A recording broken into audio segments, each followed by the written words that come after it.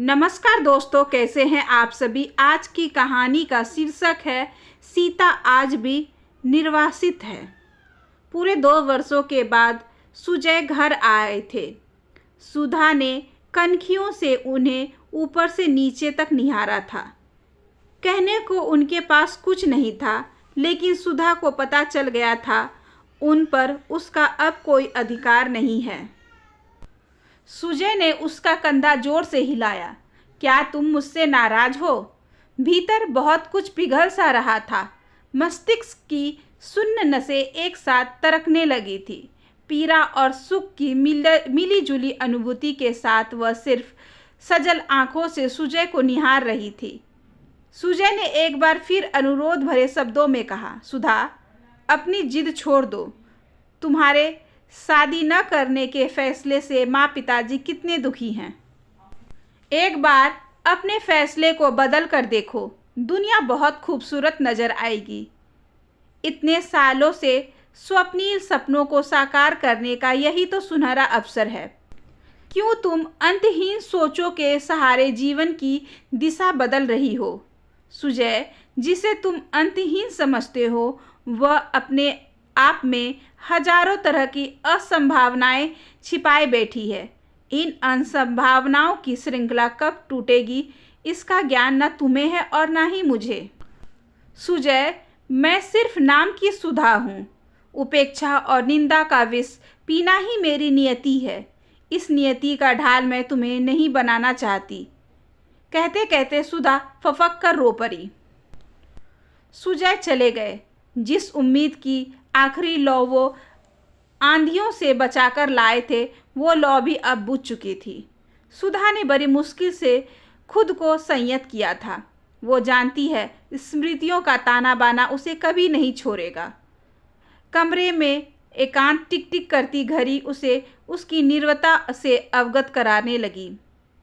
अतीत का बीता हुआ एक एक पल जीवंत हो उठा। सुजय से उसकी पहली मुलाकात दीदी की शादी में हुई थी। पहले तो वह सुजय को पहचानी ही नहीं, लेकिन बाद में पता चला कि वह दीदी के छोटे देवर हैं। देवर का पद हो और वह पीछे हट जाए। उसने भी शादी से में सुजय को जी भर कर सताया। सुधा का आकर्षण सुजय की आंखों में कुछ यूं छाया कि वह दीवानों की तरह सुधा के आगे पीछे घूमने लगा था। शादी की मधुर स्मृतियां सजोए दीदी विदा हो गई। विदाई के वक्त सुजय ने उससे शरारती अंदाज में कहा था, अरे आप रोती क्यों हैं? आप भी क्यों नहीं चलती? वैसे भी हम एक पर एक मुफ्त ले जाने में विश्वास करते हैं।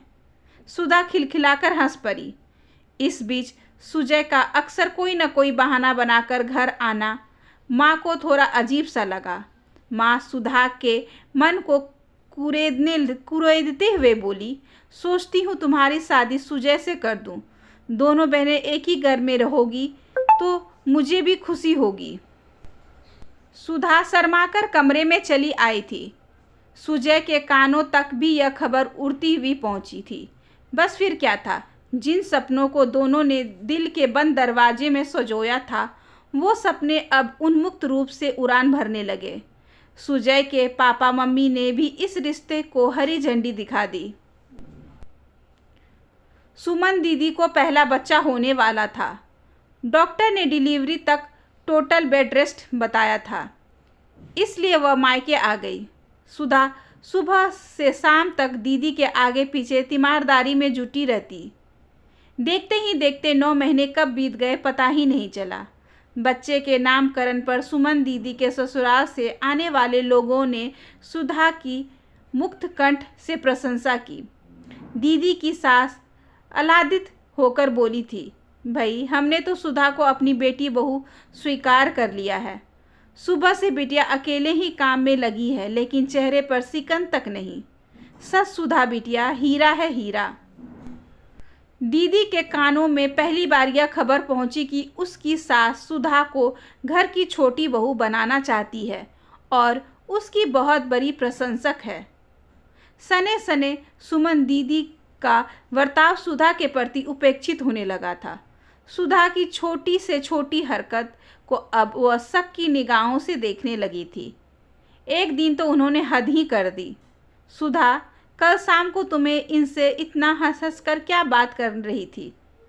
मुझे यह बिल्कुल पसंद नहीं। अभी सुजय को फांस कर चैन नहीं मिला जो इन पर डोरे डालने लगी। दीदी, अप्रत्याशित सा लगा था दीदी का यह आचरण। सुधा को वह चीख सी पड़ी थी। सुबह उसने सुमन दीदी को माँ से कहते सुना था, माँ, तुम सुधा की शादी आखिर एक ही घर में कैसे कर सकती हो? और भी लड़के हैं, तुम किसी और से क्यों नहीं कर देती इसकी शादी? कैसी बात करती हो सुमन? एक ही घर में तुम दोनों रहोगी तो मुझे इस बात की खुशी होगी कि तुम दोनों सुख से हो। नहीं माँ, मैं जानती हूँ तुम सुधा की शादी मेरे घर में करके उस घर में मुझे उपेक्षित करवाना चाहती हो। तुम जानती हो कि सुधा काम धाम में मुझसे तेज है, सबका दिल जीत लेगी और मैं एक सूखे पत्ते सा यहाँ वहाँ डोलती रहूँगी। अभी शादी नहीं हुई है तो यह हाल है कि सभी उसकी प्रशंसा के पुल बांधते नहीं थकते। शादी के बाद बेटी, ऐसा कुछ नहीं है। अपने अंदर की कुंठा को मन से निकाल दो। ऐसा नहीं है कि मैंने तुम्हें कुछ सिखाया ही नहीं। हाँ, यह और बात है कि तुमको घर के कामकाज में दिलचस्पी ही नहीं। अभी भी वक्त बीता नहीं है, जब जागो तभी सवेरा। तुम सुधा से बनाना खिलाना सीख लेना। बिटिया, सीखने की कोई उम्र थोड़ी ही होती है। माँ की बात सुनकर सुमन दीदी पैर पटकती अंदर चली गई।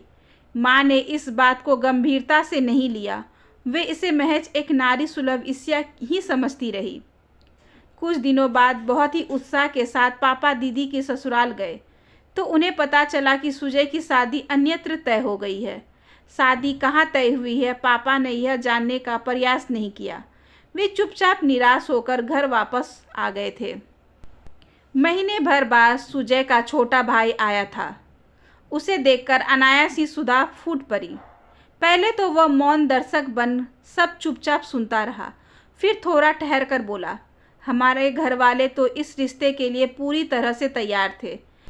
भाभी से भी उनकी राय पूछी गई तो भाभी ने कहा कि वैसे तो सुधा मेरी बहन है, मैं यह कभी नहीं कहती, लेकिन यह घर मेरा भी है, इसलिए मैं स्पष्ट कर दूं कि सुधा अच्छी लड़की नहीं है।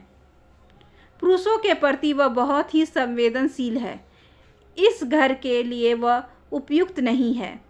उसका आचरण मर्यादित नहीं है और भी न जाने क्या क्या वह कहता रहा। सुधा को सब कुछ अविश्वसनीय सा लगा। भरी आंखों से सब देखती व सुनती रही। दीदी की एक छोटी सी कुंठा की सुधा उनसे ज़्यादा योग्य और कुशाग्र बुद्धि की थी। इतना बड़ा अनिष्ट कर जाएगा उसने सपने में भी नहीं सोचा था। देखती हूँ सुमन और कितना गिरती है। यदि वह नीचता पर आमदा है तो मैं भी उसे दिखा दूंगी कि नीचता कैसे की जाती है। माँ अनाप शनाप बरबराती हुई धम से बैठ गई। अपनी कमी छिपाने के लिए अपनी छोटी बहन को आलंकित करने वाली बेटी भगवान किसी दुश्मन को भी ना दे। मैं भी जब तक उससे इस नीचता का बदला ना ले लूँ, मैं चैन से नहीं बैठूंगी। बस करो माँ, अंधे कूप में चीखने से क्या होता है। जो अधिकार मुझे सरलता से नहीं मिला उसके लिए हाय तौबा करने की क्या ज़रूरत है। जाने दो, जो हुआ ठीक ही हुआ। कम से कम मेरे मन की लालसा तो समाप्त हो गई। कहते हैं ना माँ, अपने हारे हार है, अपने जीते जीत। मैं जानती हूँ, पापा जानते हैं, तुम जानती हो कि मैं निर्दोष हूँ। मैंने कभी भी सुजय को पाने के लिए कोई चाल नहीं चली और ना ही कोई तिक्रम लड़ाया। फिर दीदी के प्रतिवाद करने से क्या हो जाता है। माँ, रिश्तों की बुनावट बड़ी जटिल होती है। इस जटिलता से हमेशा बचना चाहिए, वरना स्थिति ढाक के 3 पात वाली होती है। माँ मौन भाव से सुधा को सुनती रही। भीतर तक कहीं दिल के कोने से स्वर निकलता, सीता आज भी निर्वासित होती है। आशा करती हूँ कि आज की ये छोटी सी कहानी आपको अच्छी लगी होगी। अगर अच्छी लगी हो तो please like, share and subscribe करें हमारे चैनल को, ज़्यादा से ज़्यादा शेयर करें और बेल आइकन को ज़रूर प्रेस कर लें ताकि अगली वीडियोस की नोटिफिकेशन आपके पास सबसे पहले पहुँचे। धन्यवाद।